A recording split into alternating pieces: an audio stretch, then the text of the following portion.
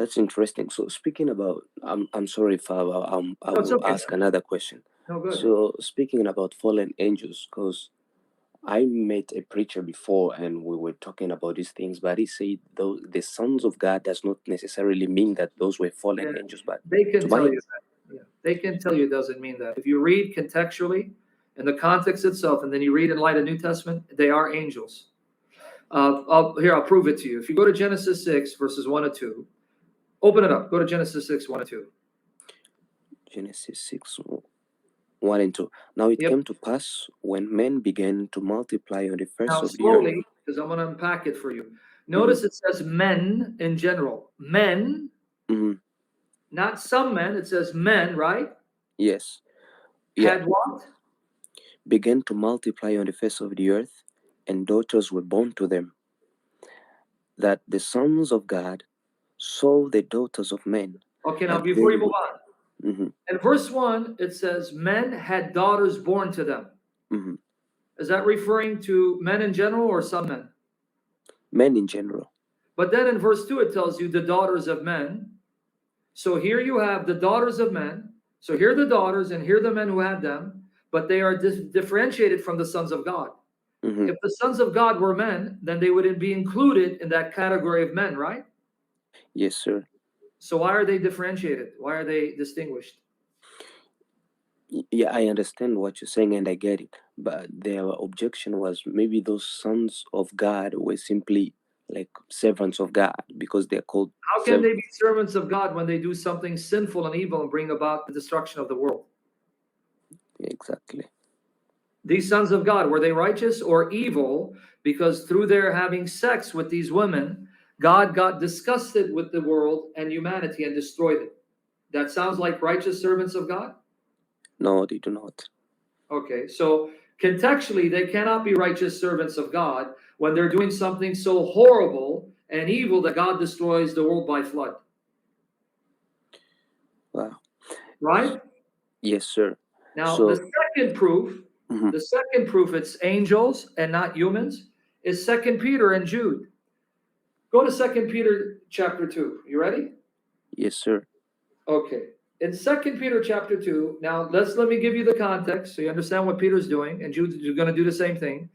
In Second Peter 2, Peter is warning that there are going to be false teachers who are going to deny Jesus, whom God will destroy. And then he gives an example of how God treated false teachers in the past to prove that since God doesn't change, God is the same yesterday, today, and forever.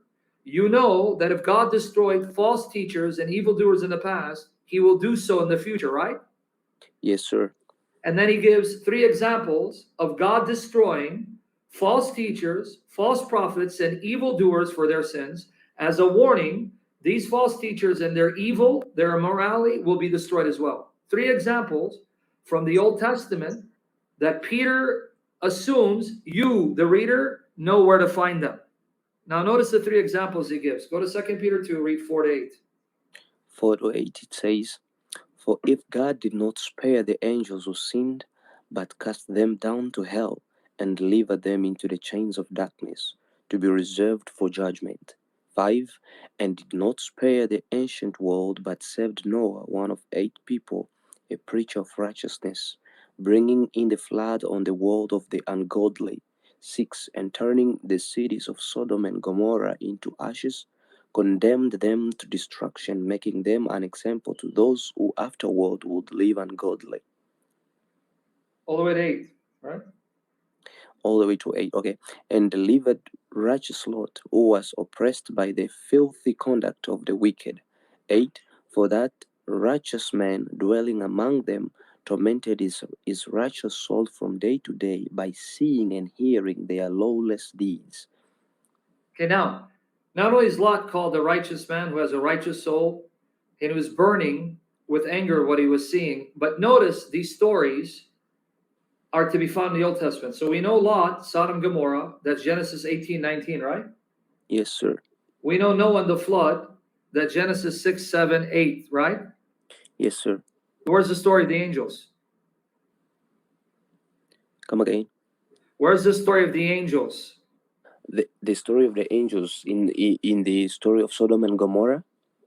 No, I'm not asking you to ask me. If Peter is telling you about stories in the Old Testament, how God destroyed the wicked and evil, and he gives you the story of Noah and the flood, well, you know where to find that, right? Yes. And he then tells you Sodom, Gomorrah, and Lot. You know where to find that, right? Yes, sir. But then Peter assumes you'll be able to find the story of angels being punished in the Old Testament. So, where in the Old Testament do you find the story of angels being punished for sin? Where in the story of Noah when God brought the flood. There's only one, the sons of God story. Yes. Otherwise, what other story could Peter be appealing to as an example of even angels being punished for sin? There is no other place besides Genesis 6, Mm-hmm. right? Yes, sir. And we know that angels are called sons of God because in Job 38, verse 7, Job 38, verse 7, it says, when God laid the foundation of the earth and he created the foundation of the earth, it says, all the sons of God rejoiced with God when he created the earth. Well, there were no human beings at that time. Who were the sons of God that rejoiced when God created the earth before humans existed? Angels. Okay. And this is why some of the oldest Jewish interpretations even say the sons of God were angels. For example, the book of Enoch. If you read the book of Enoch, we found a section of Enoch in the Dead Sea Scrolls, and it's translated in English online. When you read the book of Enoch, a copy of it written in Hebrew before the time of Christ, you'll find that in Enoch, it even gives you the names of these angels. Yeah. What their names were. I've read it. Okay. So here now you have a Jewish source before the time of Christ that says those sons of God were angels. And now go to Jude because Jude even quotes the book of Enoch. Go to Jude. It's one chapter, 25 verses. Mm-hmm. Okay, so when you go to Jude, let me show you where Jude is quoting the book of Enoch. And this quotation you'll actually find in the book of Enoch that we discovered in 1947, translated in English. In the English, it's the book of Enoch, chapter 1, verse 9. Chapter 1, verse 9, the book of Enoch. This is quoted word for word in Jude. Go to Jude, read verses 14 and 15. 14 and 15.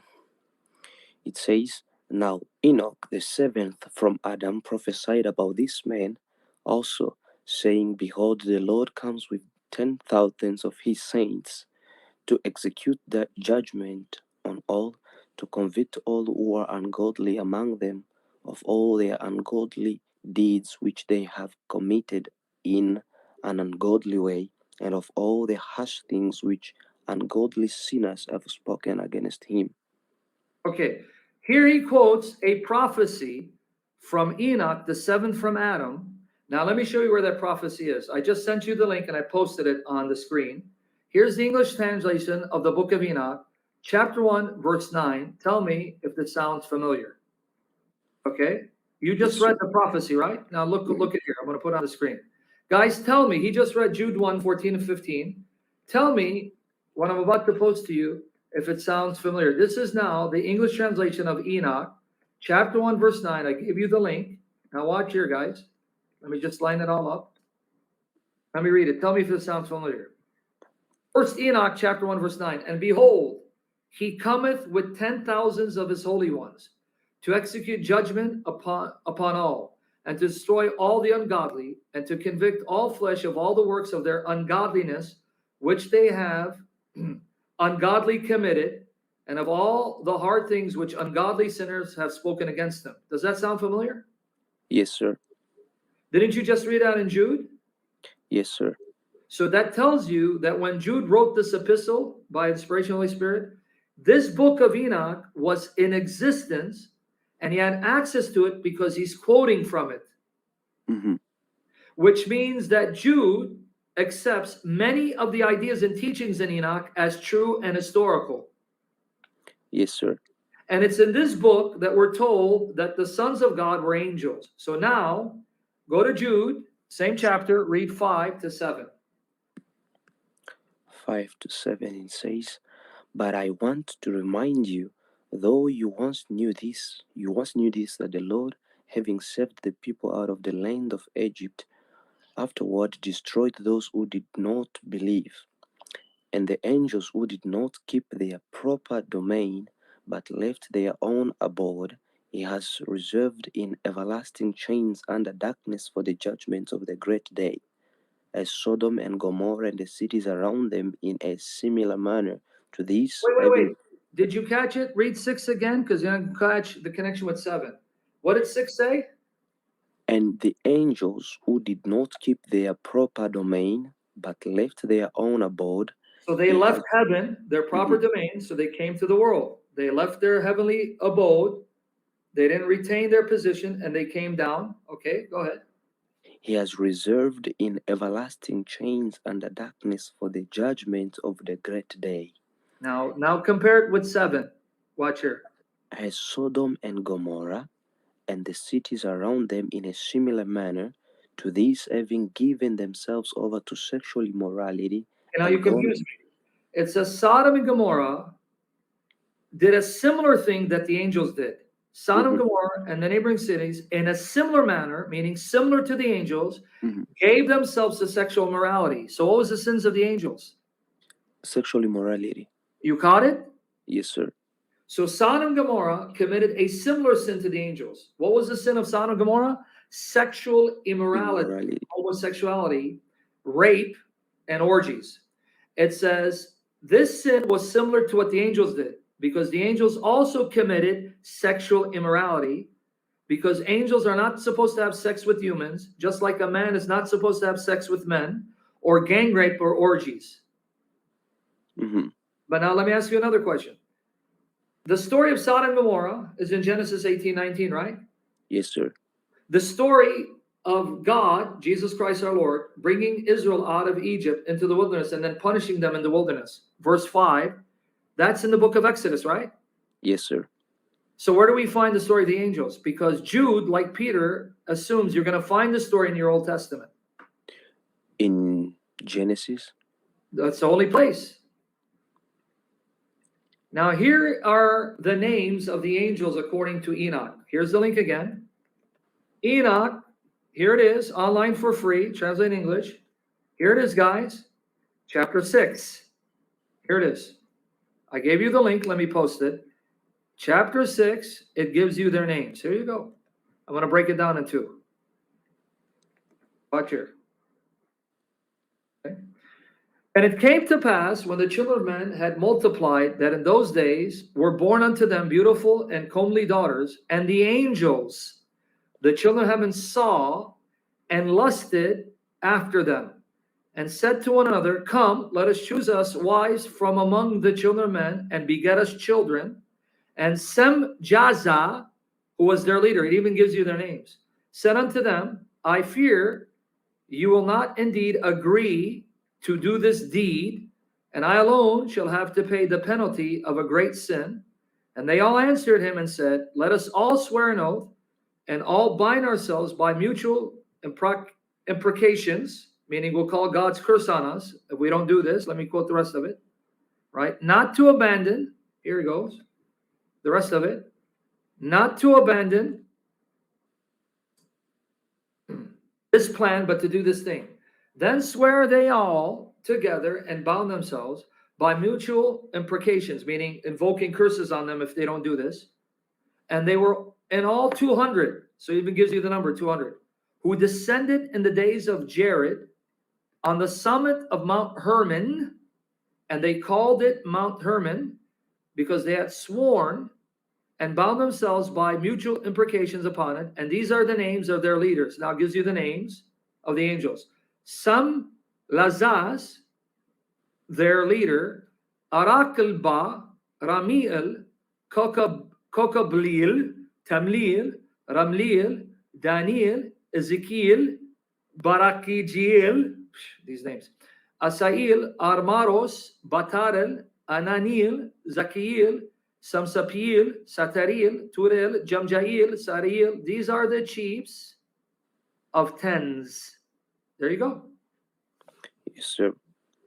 So I hope you got your answer. Yes, sir. I got my answer. Thank you very much. Any other questions, or this is it?